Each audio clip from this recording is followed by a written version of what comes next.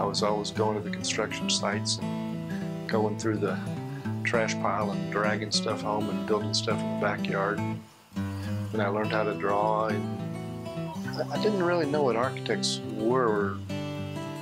Had a good friend whose father was an architect, and I finally figured that out. He kind of led me through it through junior high and high school, and that's kind of how I ended up at architecture school. And that went from the design side to the project delivery side, and here I am with construction. So I've been pretty lucky to do the things that I've done. I've done all sorts of crazy sports stuff, been involved in international events, and still have had time to balance life with the family and all the rest. So I'm pretty satisfied where I've been, and now I've got a new challenge where I'm going. So I don't think there's anything else I'd want to do at this point. I grew up in Wichita under the flight line of the air base, and I saw all those planes flying over, and for the longest time I wanted to be a fighter pilot.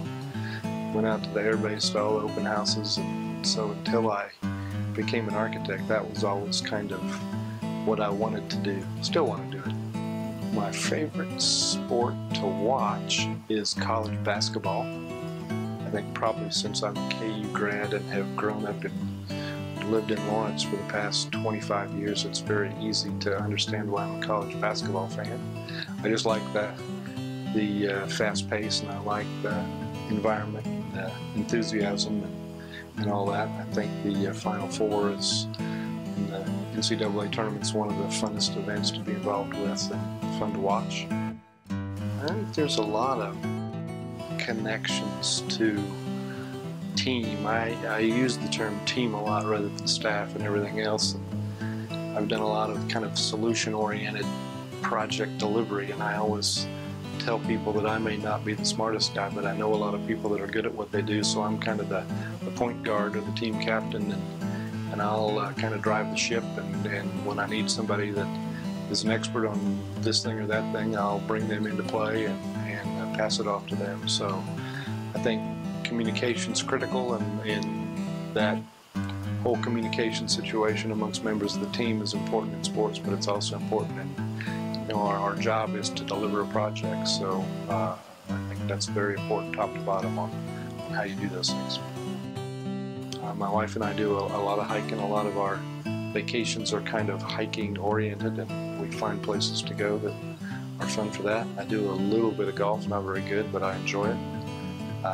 Read a lot because I've traveled quite a bit, so I've always got a book going or two books going.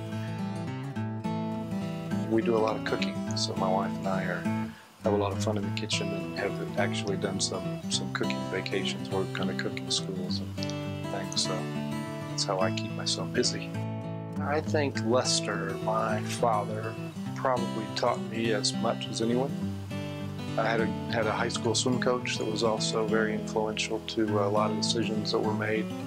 You know, when you're too smart to let your parents tell you what to do, you've got to have somebody. So my swim coach was kind of a good guy to lean on. But I'd say I'd have to go back to my dad being the guy that taught me to be who I am.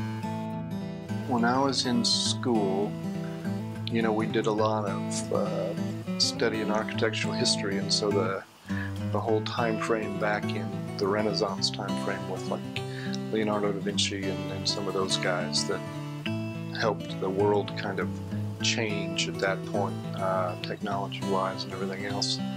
And then again, I studied a lot of American history, and the Founding Fathers have always fascinated me. You know, those guys were so unbelievably well-educated across so many broad spectrums, and created, you know, the Constitution, the document that was incredible, you know, throughout history. And I think since then, Abraham Lincoln has always fascinated me with what he had to go through, you know, in leading this country through the crisis.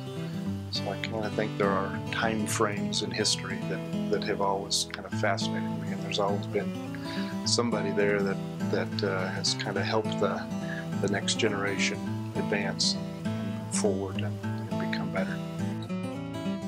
I think the future of KBS, hopefully, is one where we can continue to be solution-oriented for our clients and concentrate on providing good services for them, keeping them happy. I've always felt that if we do a good job and the client's happy at the end of the day, that compensation in both financial rewards and personal gain and personal rewards will kind of follow the good job. I'm hoping we can expand not necessarily our global or regional market, you know, as far as how many miles from Topeka, Kansas, but more in service spectrum. You know, let's do some consulting, let's do more design build, let's find more clients and try and help them solve some of their issues and goals, and not concentrate on just general construction, but meet our KBS knowledge beyond structures and really expand kind of what we do as a company and who we can help and how we can do that for them. I think as the lone architect in the group, and having 20, 30 years of experience on the design side of the table, and then 10 years of consulting on project delivery and learning what the other side does, and now being on the construction side of the table, I've got a unique perspective, having been in 2 or 3 different arenas all at the same time, and know what battles need to be fought and how the communication can be best done, and hopefully the design folks will feel they have a bit of an advocate on their side, you know, knowing that I've got the background that I've got. And as we move forward and chase negotiated projects and all that, I hope my design kind of background and history can help us be smarter and better in that way of delivering a project.